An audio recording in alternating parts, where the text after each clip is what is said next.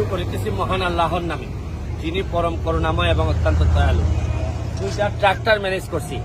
আপনারা বলতে পারেন যে এই ব্যারিস্টার কি আবার ট্রাক্টরের ব্যবসা শুরু করবে কিনা? না, আসলে আমার ছোটবেলা থেকে অভিজ্ঞতা, এলজিডির যত রাস্তা আছে, পিআইওর যত রাস্তা আছে, সবগুলা ছোট ছোট গর্ত হয়।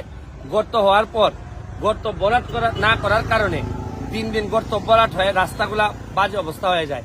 তারপরে আবার তদবির করে কাজ আনতে হয়, কাজ আনার পর কাজ টিকে না, আবার গর্ত হয়, আবার সরকারের কোটি কোটি টাকা যায়, কিন্তু জনগণের লাভ হয় না, যন্ত্রণা হয়। এই জন্য এই দেখেন হ্যাঁ, এই 2টা ট্রাক্টরের ব্যবস্থা করছে আমার 2 উপজেলার জন্য। এক উপজেলা থেকে আমাদের জাপানি মালিক ভাই ট্রাক্টরটা দিচ্ছেন, এবং আরেক উপজেলা থেকে আমাদের ফরিদ ভাই, উনি একজন ব্যবসায়ী, মাধবপুর উপজেলায় উনি একটা ট্রাক্টর দিচ্ছেন। এই ট্রাক্টরটা সারাক্ষণ কাজ করবে, মাধবপুর উপজেলার রাস্তায় রাস্তায় ঘুরবে এবং সে গর্ত ভরাট করবে, ছোট ছোট গর্ত। এই যে আমি আপনাদেরকে দেখাই, এই যে মনে করেন যে এইটা দেখাই, এইটা দেখাই, এই যে গর্ত, এইটা কিন্তু দিন দিন বড় হয়ে আস্তে আস্তে ভাঙা চলে যাবে।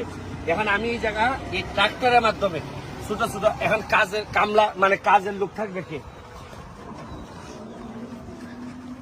এই যে এখানের মধ্যে এই জায়গার মধ্যে বিটুমিন থাকবে, পাথর থাকবে, বালু থাকবে, এগুলা দিয়ে দিয়ে জায়গায় জায়গায় করে ফেলবে। এই টাকাগুলো আমি এমপি হিসাবে ম্যানেজ করব, 2 জনের বেতন আমি ম্যানেজ করব। কিন্তু ট্রাক্টরটা দেওয়ার জন্য ধন্যবাদ জানাচ্ছি মালিক ভাই এবং ফরিদ ভাইকে। মালিক ভাই, আপনার যে অনুভূতিটা একটু যদি বলেন, যে কি কারণে আপনার ভালো লাগতেছে নাকি ট্রাক্টরটা দিয়া? আসসালামু আলাইকুম। আজকে আপনারা যে ট্র্যাক্টরের কথা আমাদের ব্যারিস্টার সুমন সাহেব এমপি সাহেব বলছে, এটা কিন্তু ওনার জন্য নয়, এটা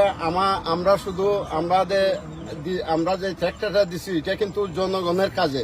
উনি জনগণের দরদি এবং জনগণের ফেরিওয়ালা। উনি সরকারি যে অনুদান পাইবে, আসার আগেই রাস্তাঘাট ভেঙে যাবে। এই জন্য সরকারি অনুদান পাওয়ার আগেই উনি চাই উনার নিজের মারফতে রাস্তাঘাট ঠিক করার জন্য। এই জন্যই 2টা ট্র্যাক্টর দেওয়া হয়েছে। ওই ট্র্যাক্টরের মারফতে যেখানে রাস্তা ভাঙবে সাথে সাথে আপনি জানেন, বেশিরভাগ রাস্তা শুধুমাত্র গর্ত বড়। শুনেন, আপনার যদি কাশি হয়, নর্মাল সর্দি হয়, আপনি যদি ওষুধ না করেন, তাহলে কয়দিন পরে আপনার হাঁপানি হবে, আপনার নিউমোনিয়া হবে। রাস্তারও সেম একই অবস্থা, রাস্তার একই অবস্থা, কয়দিন পরে নিউমোনিয়া হয়, হাঁপানি হয়। প্রথমে শুধু কাশি সর্দি থাকা অবস্থায় যদি আমরা ঠিক করতে পারি, তাহলে আর নিউমোনিয়া হাঁপানি হবে না। এই জন্যই 2টা রাস্তার ব্যবস্থা আমি করছি। সবাই দোয়া করবেন। আমার এই ধারণা যদি ভালো লাগে থাকে, প্রতিটা উপজেলায় আপনারা নিতে পারেন। আজকের মতো বিদায় নিচ্ছি। ফরিদ ভাই, মাধবপুরের ফরিদ ভাই এবং সুনারঘাটের জাপানি মালিক ভাইয়ের জন্য রইল অনেক বেশি শুভকামনা।